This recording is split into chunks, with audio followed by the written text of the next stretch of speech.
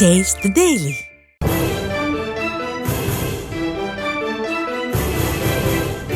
அண்மைச் செய்தி. கோயம்பேடு சந்தையில் குப்பைகள் ஒழுங்காக அகற்றப்படாததை கண்டித்து சிறு மற்றும் மொத்த வியாபாரிகள் நல சங்கத்தினர் சாலை மறியலில் ஈடுபட்டு வருகின்றனர். அதன் விவரங்களை வழங்குவதற்காக நமது தலைமை செய்தியாளர் ஜெயக்குமார் இணைந்திருக்கிறார். அவரிடம் கேட்கலாம். வணக்கம் ஜெயக்குமார், விவரங்கள். வணக்கம் செய்து. கோயம்பேடு காய்கறி சந்தை என்பது ஒட்டுமொத்தமாக சென்னை மற்றும் சென்னையை சுற்றியிருக்கக்கூடிய பல்வேறு புறநகர் பகுதிகளுக்கு மொத்தமாகவும் சில்லறையாகவும் விற்பனை செய்யக்கூடிய பகுதியாக இருக்கிறது. அதே போன்று பழங்கள், பூக்கள் என மொத்தமாகவும் சில்லறையாகவும் விற்பனை செய்யப்படுகிறது. தமிழகம் மட்டுமல்லாது அண்டை மாநிலங்களாக இருக்கக்கூடிய ஆந்திரா, கர்நாடகா, மகாராஷ்டிரா உள்ளிட்ட பல்வேறு மாநிலங்களிலிருந்து தேவையான பழங்கள், காய்கறிகள், பொருட்கள் எல்லாம் இங்கு லாரிகளில் கொண்டு வரப்பட்டு மொத்தமாக சில்லறையாக விற்பனை செய்யப்படுகிறது. இதனை இந்த கோயம்பேடு வணிக வளாகத்தை CMDA என்று சொல்லப்படுகின்ற சென்னை பெருநகர் வளர்ச்சி குழுமம் நிர்வாகம் செய்கிறது. இந்த நிர்வாகத்தில் பல்வேறு குளறுபடிகள் இருப்பதாக வியாபாரிகள் குற்றம் சாட்டப்பட்டு குறிப்பாக அங்கு வரக்கூடிய லாரிகளை சிறைப்பிடித்து போராட்டத்தில் ஈடுபட்டு வருகிறார்கள். இங்கே இருக்கக்கூடிய அந்த குப்பை கழிவுகளை ஒவ்வொரு நாளும் இந்த மொத்த வியாபாரம் அதிகாலை 4 மணியிலிருந்து 11 மணி வரை வேகமாக நடைபெறும். அந்த வியாபாரம் முடிந்தவுடன் அதற்கு பிறகு டிராக்டர்கள் மூலமாக குப்பைகள் தினந்தோறும் அகற்றப்படுவது வழக்கம். ஆனால் திமுக ஆட்சிக்கு வந்த பிறகு முறையாக குப்பைகள் அகற்றப்படவில்லை என்று வியாபாரிகள் குற்றம் சாட்டியிருக்கிறார்கள்.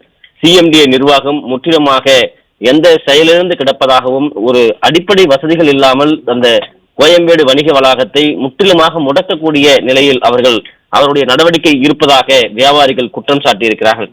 ஒருபுறம் சென்னை கோயம்பேடு பேருந்து நிலையம் கிளாம்பாக்கம் சென்றுவிட்ட பிறகு ஏறக்குறைய ஒரு 50% 60% வியாபாரம் என்பது குறைந்து விட்டதாக வியாபாரிகள் தொடர்ந்து குற்றம் சாட்டி வருகிறார்கள்.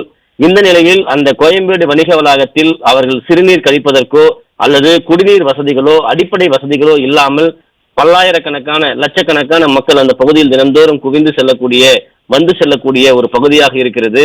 அதே நேரத்தில் அங்கு கழிக்கப்படக்கூடிய கழிவுகள், காய்கறிகள் கழிவுகள், அதே போல பழங்களுடைய கழிவுகள், பூக்கள் கழிவுகள் எல்லாம் குப்பைகளாக துர்நாற்றம் வீசிய பிறகும் கூட அல்லாத ஒரு சூழ்நிலை இருப்பதாக அவர்கள் வேதனை தெரிவித்திருக்கிறார்கள்.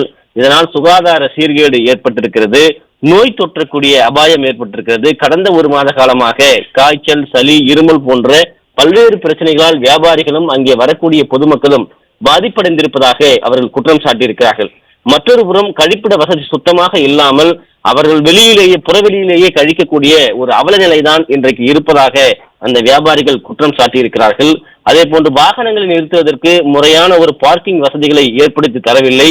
ஆனால் தினந்தோறும் வரக்கூடிய வாகனங்களில் வசூல் வேட்டையை மட்டும் CMDA நிர்வாகம் குத்தகைக்கு விட்டு சம்பாதித்துக் கொண்டிருப்பதாக அவர்கள் குற்றம் சாட்டியிருக்கிறார்கள்.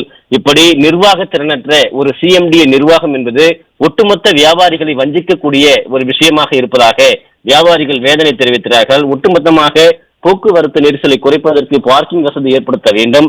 அதே போன்று கழிப்பிட வசதிகள் வியாபாரிகளுக்கும் பொதுமக்களுக்கும் போதிய இடங்களில் ஏற்படுத்தி கொடுக்கப்பட வேண்டும்.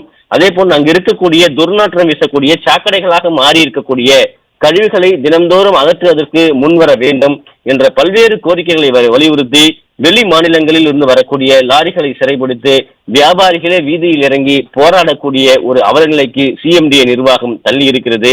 எனவே இந்த கோரிக்கையெல்லாம் உடனடியாக சரி செய்யவில்லை என்றால் அடுத்த கட்டமாக வியாபாரிகள் அனைவரும் ஒன்று கூடி அடுத்த கட்ட போராட்டங்கள், அடுத்த கட்ட நகர்வுகள் குறித்து அறிவிப்போம் என்று அரசுக்கு எச்சரிக்கை விடுக்கப்பட்டிருப்பது குறிப்பிடத்தக்கது.